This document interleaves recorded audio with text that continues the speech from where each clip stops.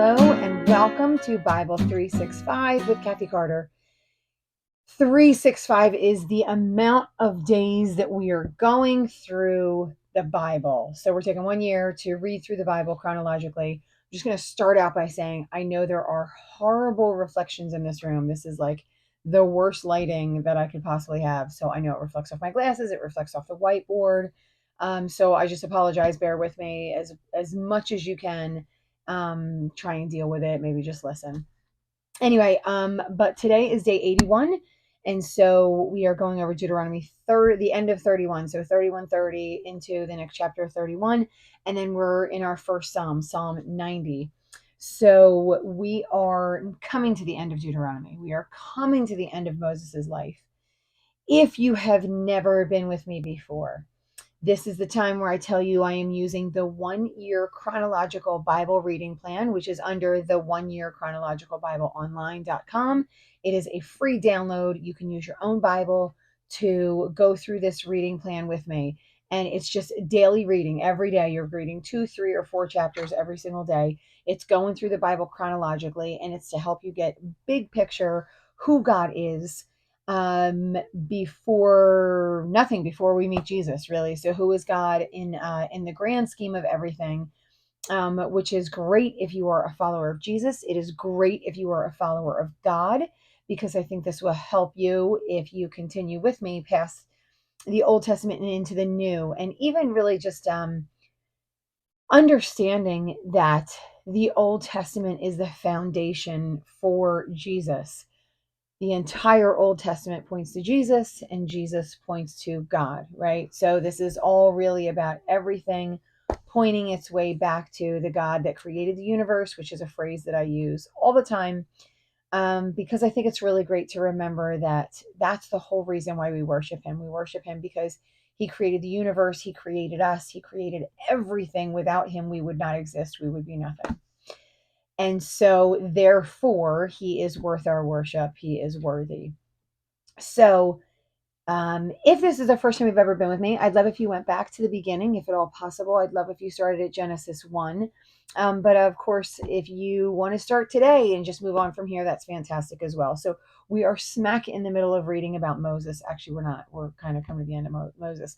Moses has saved the Israelite people through the power of God. God heard Israel crying out to them in Egypt. They were slaves, and so he came and he saved them from slavery, and he's bringing them into what he calls a land flowing with milk and honey, which is an amazing land. It's called the land of Canaan at this time.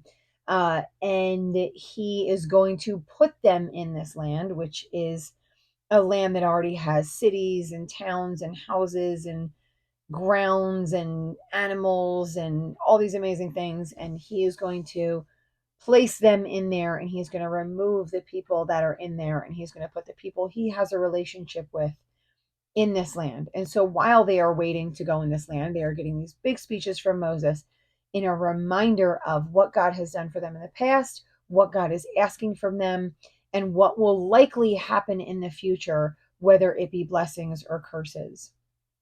And so today we finish up. We finished up yesterday at the end of really, it's more the beginning of verse 31. And in verse 31, and I want to go back this a little bit in order to be able to go forward. So in verse 31:19, uh, Moses is talking to, I'm sorry, God is talking to Moses. And this is where Moses is passing the baton. He wants him to come up to the mountain, and he's going to pass the baton off to Joshua. And he tells Moses that he's going to give him this song, and this song is going to be for the Israelites, for them to remember. So even as I'm just thinking about the fact that it's a song, because I actually don't have this in any of my notes, but the fact that it's a song I think is really important. So funny enough, we were just at a concert for my son today. My son is in music, and he was singing classical music, so more like opera in this competition, and he was also singing this gospel song, more like an old school, sort of like a hymn, because they do always sing about God. And as he was singing this gospel song, my son was singing this gospel song, it was actually, I'm sorry, it wasn't my son. It was a person who was competing against my son, sang this gospel song.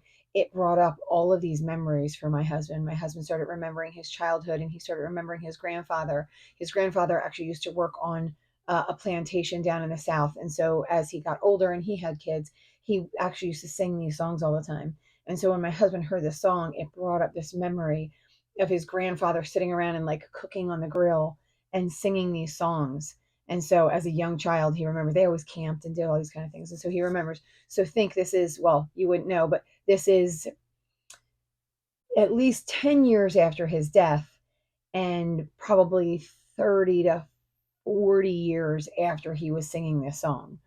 And so when I met him, he wasn't really singing anymore. So this is like 34 years after the song. So when my husband heard this song, it immediately sparked the memory of the song and then the memory that had everything to do with the song. So if you think just about the power of music and the power of song, I'm sure it's the same thing. I'm sure you can remember a song from way back when you were a kid, or from when you were a young teenager, or from when you were in love, right? Like all of these things, and it brings up all of these memories just by hearing the song over and over and over again. So, of course, the wisdom of God being what it is, God says, I want you to put this down in a song so these people will remember it. So this is a song that they sing. This isn't something that, Moses did once and then they never did again. This is a song that they sing. So the other thing that I want to read is going back in that. So he said, oh, well, I actually didn't read the verse yet. So going into verse 19, he says, now write down this song and teach it to the Israelites and have them sing it. And so that, I love a good so that it may be a witness for me against them. And so this is a song that they're supposed to remember and they're supposed to sing. So when the bad things happen and the people turn away from him, God's going to be like, this is a witness against them. So God reminded you, God let you know everything that was going to happen. God told you to turn away from this, and yet you still didn't, even though you were singing the song. So this song is a reminder for them, and it's also a reminder for God as a witness against them. So going into verse 30. So this is the beginning of our actual reading for today. Moses recited the words of this song from beginning to end in the hearing of the entire assembly of Israel. So everyone was there. If you remember yesterday, everyone that was there was men, women, children, foreigners, right? So every single person that was going to be moving into this land was in this assembly and they were listening. So I just I don't want to read too much into this because the truth is I could read all of it and there's so much beauty in it. But I wanted sort of instead, it was a little bit harder to write notes in this. It's more like sort of breaking it down into chunks of an understanding of what he's singing to them. So in the very beginning, he starts out with, in verse 32, 1, chapter 32, verse 1, he says, listen, you heavens, and I will speak. Hear, you earth, the words from my mouth. Let my teaching fall like rain, and my words descend like dew, like showers on new grass, like abundant rain on tender plants. And so he's already saying, like, this is to everything, right? Everything should be listening. Everything should be hearing. The whole world is God's, right? Like everything. You think you aren't. You think you can just be separated and be uniquely different from everybody else, but you're not. We're all interconnected. Um, there's some stuff going on locally in my area. There's shootings and hostage situations and suicide and just unhappy stuff. And it doesn't just hurt the person that it happens to, right? It's like a ripple in a pond, but not in that beautiful way where you see those ripples roll out. This is just ripples sometime of destruction, right? And it's because we are all connected. Everything we do affects people around us because God has interconnected all of us. We've all started from the same two people, right? And actually, if we're, well, technically the same two people, and then with Noah, the same six people after that. But we are all just an interconnected people with so many things in common, beautiful, unique things as well, but just so much to connect us. And we forget how connected we all are. So the earth is connected to us. The heavens are connected to us. Animals are connected to us, right? So remembering that this is all a system in which we all are sort of symbiotic and we work together. And so he says, and God has it all. God is in control of all of it. God is the head over all of it, the one that we all should all be following. So he tells them to listen. And then Moses says, I will proclaim the name of the Lord. And so he's going to say, he's going to praise him because of these things. He is the rock. He is perfect, right? His works, the things that he does, the things that he shows us are perfect. His ways are just. He is faithful. He does no wrong. He is upright and just. So we're starting out in the very beginning by, again, declaring everything to listen and then giving them an understanding, a very brief overview of who this great God is.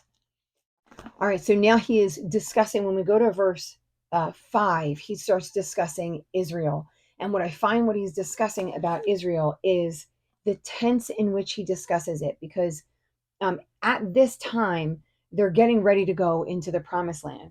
But what he says in verse 5 is they are corrupt and not his children.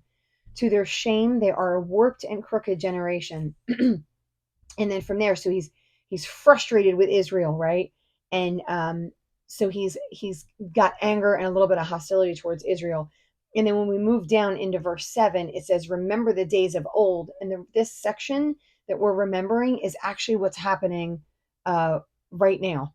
So right now in the story, not right now in my life, but right now in the story. So what they're remembering. So I feel like in some ways he's talking to these people, but he's also talking to generations ahead of him, right? So this is all about not just now, but future things. And so those people are going to be corrupt as well. So there's going to be some corruption and things in that where God gets really frustrated with them. And he's telling them to remember all the things. Remember, we've done this for the entire Leviticus, Numbers, and Deuteronomy, and some of Exodus. It's been about remembering everything that God has been doing for them. And so it says, remember these Israelites that are happening right now, and remember everything that happened to them. So let's say verse 8, when the Most High gave the nations their inheritance, right? So that's what this is happening right now. And then he reminds them in verses 10 through 12 what he did for them. They were living in a really barren land, and God took them out of that land. Verse 13, he made them ride on the heights of the land and fed them with the fruit of the fields. So he's giving them the beautiful land that they have. He's going to give them Canaan, right? He's fed them, and everything sort of is good. And then we move on to verse 15, and it says Jeshurun, which is a name for the Israelite people. It's sort of a play on Yeshua. I feel like it's also a play on Joshua, because I know Joshua has a couple of different versions of his name. And so, and we know that Moses is the leader of the people, but Joshua is going to be the leader of the people. But this is a name for the Israelite people. So in here, he's talking about the Israelites. Um, Israelites got kind of fat and lazy. They had everything they wanted, and they didn't need anything. And so because they didn't need anything, they forgot that they got everything from God. I'm reading this one book, and it's a classic, and of course the name completely eludes me about what this book is, and I'll try and remember and put it underneath. But this is the never-ending author that tries to write the perfect world. And even in this, when we kind of come to the end of that book, even in this, he realizes that in order to continue this perfect world, he has to keep them doing stuff, because if they don't keep doing stuff, they get discontent. And when they get discontent, they want to rebel. So it's just even interesting that even when someone doesn't believe in God, they recognize certain things about human nature and the way in which we do things. So God is saying much the same thing. They got fat, they got lazy, and they turned away from God. They turned towards these other gods. And then in the next section, 19 to 22, God then rejected them. So they turned away. They started following other gods. They started loving other things besides the one true God, recognizing his goodness and his greatness. And so they turned away. And then God let them go with other people.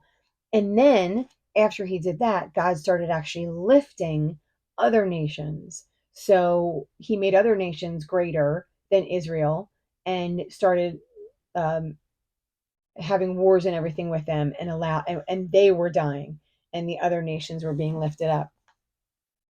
And then in verses 23 through 27, he says he's going to punish those people. So there's going to be famines, there's going to be death, there's going to be destruction, but they will not be utterly destroyed. So those people will still remain God's people. And it says down here in verse 27, um, he doesn't want the adversary to misunderstand. So he's not going to destroy his people because he doesn't want anyone to think that he didn't keep his covenant. He doesn't want anyone to think that he can't save his people, right? So he wants to make sure that they know that these people are just being punished, but they're not being utterly destroyed. And then when we move on to 28 through 33, it says, Israel, I wrote in my notes, is this kind of like caption, Israel doesn't understand that our God is better. They keep forgetting the goodness of God, and they keep landing on other things. So in verse 30 it says, how could one man chase 1,000 or two put 10,000 to flight unless their rock had sold them, unless the Lord had given them up? For their rock is not like our rock. So you keep going to other gods, and you keep forgetting that your rock is the good one. Their grapes are filled with poison. And then in verses 36 through 38, they're going to break. And when they break, the people of Israel, when they realize that this is not the true God, that they're not following the things that they're supposed to be following, God's going to relent, and he's going to allow them to turn back towards him. And then it says, then I wrote, God is the helper. So in verse 39, it says, see now that I myself and he, there's no God besides me. I put to death and I bring to life. I have wounded and I will heal. So this is the stuff that God will do for them. They're going to turn away. They're going to follow other gods. Such is the nature of humans. And as frustrating as he is, and he will get frustrated because he tells them not to, just because they do. I want to be clear on this as well. Just because we do turn away from God doesn't mean it's okay that we turn away from God. Just because God recognizes that we're going to turn away from God, and just because he will continue to hold on to us, right, until we completely turn away and he says there's no more, it doesn't mean that's what we should be doing. We absolutely should not be doing that. We should be constant. We don't look to the right or to the left, right? Keep your eyes gazing on the God that's in front of you all the time. Remember the wisdom that your God has, not any other gods. But just because we do it and he knows we do it, he's going to relent, and he's going to allow the people to turn back to him. Always will allow them to turn back to him. He's always there waiting for us with open arms. All right, and then I want to just finish up this second section, and it says, and then in the end, in verse 43, it says, God will avenge his people. So once the people have come back to him, he will then punish the other nations for doing the Israelites dirty, right? So there will be a punishment for them because they don't follow God. And so there'll be a punishment for them when he lifts the Israelites right back up again. So I want to move on to the end of this. It says, verse 44, Moses came with Joshua, son of Nun, and spoke all the words of the song in the hearing of the people. When he finished reciting all these words to Israel, he said to them, take to heart the words I have declared to you, so you may command your children to obey. He said, these aren't idle. You will live long in the land that you are crossing the Jordan to possess, with these words. So don't forget these words, because you're going to go over there and you're going to forget. Don't forget these words. You're going to go over. He says you're going to be fat and lazy, and you're going to go over there and you're going to be fat and lazy. Remember these words. Don't do that. And so he keeps reminding them constantly to do that. All right. So that's 31 and 32. I want to move on to Psalm 90. So Psalm 90, this is a Psalm of Moses. And I have this One Year Chronological Bible, right? So this is One Year Chronological Bible, NIV. And in this chronological Bible, a lot of times, and probably in a lot of your Bibles as well, they have little headings, right? And they'll, Prayer of Moses, whatever this is. This one says, Moses probably wrote this Psalm near the end of his life, which is great, right? So it gives us a little bit of understanding. This is also a chronological Bible. And so chronologically, they have this near the end of Moses' life. I would like to say to you, I actually don't think it's near the end of his life. It's possible. It's always possible. And in the grand scheme of things, if it is at the end of his life and I'm 100% wrong, there's not much different necessarily to be learned from it. But I actually do think it's at a time where the Israelites were giving Moses a hard time, because I feel like what Moses is talking about in here is when he's sort of lamenting about the Israelites turning away from God and turning towards other people. So or, and at that time, like creating Baal, right? Or begging for food and then turning away from him, or not going into the land of Canaan when he told them to, right? Like there were so many times where the people turned away from Moses, right? And in essence, because they turned away from Moses, they turned away from God, right? And so Moses gets frustrated in this psalm. So in the beginning of this psalm, it says, Lord, you have been our dwelling place throughout all generations. I always like to read the first one. This is Moses's prayer. It's likely that Moses is writing this. And so he's discussing again. I want to just note that this is probably poetry, which means in a sense it's not literal, right? So we want to be careful that we take everything verbatim and literal, like word by word. It's literal, but it's also poetic, right? So he might say, for example, it says, before the mountains were born, or you brought forth the whole world from everlasting to everlasting, you are God, right? So it's literal, right? That were the mountains born, like were they born out of a human, right? Like, so this is what I'm saying about being literal. So um what he's stating is that God was before anything. God was everlasting to everlasting. He is eternal, and he was before anything else. Then God created mountains, right? So it's again, it's this visual version of something that is very true and very real about God. What he does for the people, he says, you turn people back to dust, saying, return to dust, you mortals. And so he's sort of, again, we're having a little bit of discussion about who God is. But then in verse 7, he says, we are consumed. This is why I think timing is kind of a thing here. We're consumed by your anger and terrified by your indignation. And I feel like they would only be that if God was angry with them at the time. And I don't think God is angry with them as he's taking them into the land of Canaan. Now, he's warning them for sure that some bad things are going to happen, but I don't think at the time he's angry with them. So I think at this time when Moses wrote this prayer out, he was very angry with the people. He was punishing the people.